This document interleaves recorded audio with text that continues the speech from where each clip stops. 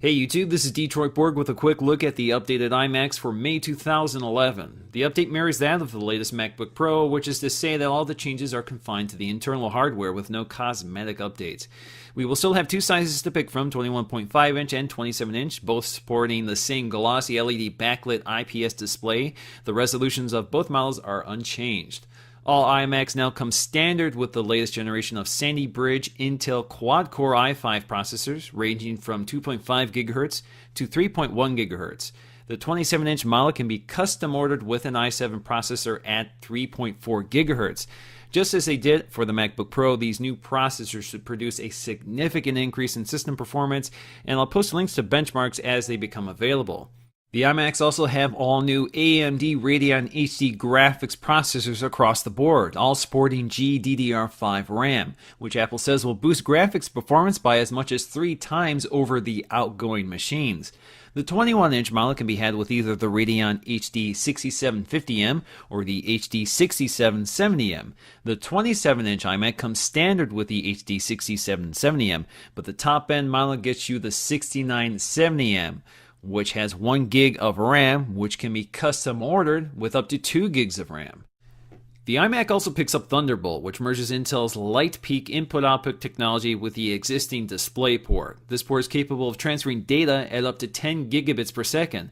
The 21-inch iMac only has one of these ports, while the 27-inch now has 2 ports, all of which support target display mode and can output to attached monitors. So on the 27-inch iMac, you can now support 2 additional monitors for a 3-monitor setup. This is something I'm going to be very interested in doing at some point in the future. And last but not least, iMac is also picking up the HD FaceTime camera introduced with the latest MacBook Pros. This means the FaceTime camera can now record in 720p HD at 30 frames per second. Pricing is unchanged with the 21.5 inch starting at $1199 and the 27 inch starting at $1699. Because the spec upgrades are so significant, I've also decided to place an order for one of these computers, so let's go ahead and take a look at the one I ordered.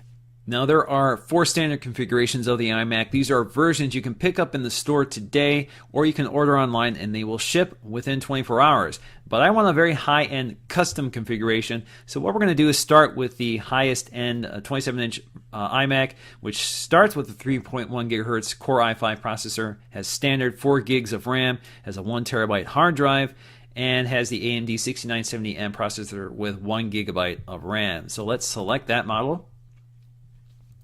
From here we can start customizing it, and I want the 3.4 GHz Core i7 processor. That will add $200. I want 8 gigs of RAM. I'm going to skip 16 gigs of RAM. I don't need that much, and that's very expensive. So at 8 gigs of RAM, that again jumps the price up to $200.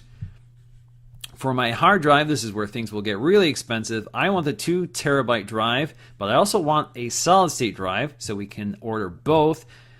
And that adds $750 to my price. And what will happen here is the solid-state drive will house the operating system and the software from the factory, and this will definitely increase read and write speeds of the operating system. So performance will be boosted quite a bit. I'm a big fan of solid-state drives. I've always said I will never buy another computer without a solid-state drive. So this is a necessity. And we're also going to boost the RAM on the AMD Radeon processor to 2 gigabytes. That will add another $100. You also have the choice between the Apple Magic Trackpad or the Magic Mouse, or you can add both. I already have a Magic Trackpad, but the Magic Mouse is still my favorite, so I'm going to leave it at that. We also can choose on whether we want the wireless or the wired keyboard with the numeric keypad. I'm going to stick with wireless, and I'm going to skip all the software, but I'm going to add Apple Care, and that's it. So we're going to add that to the cart.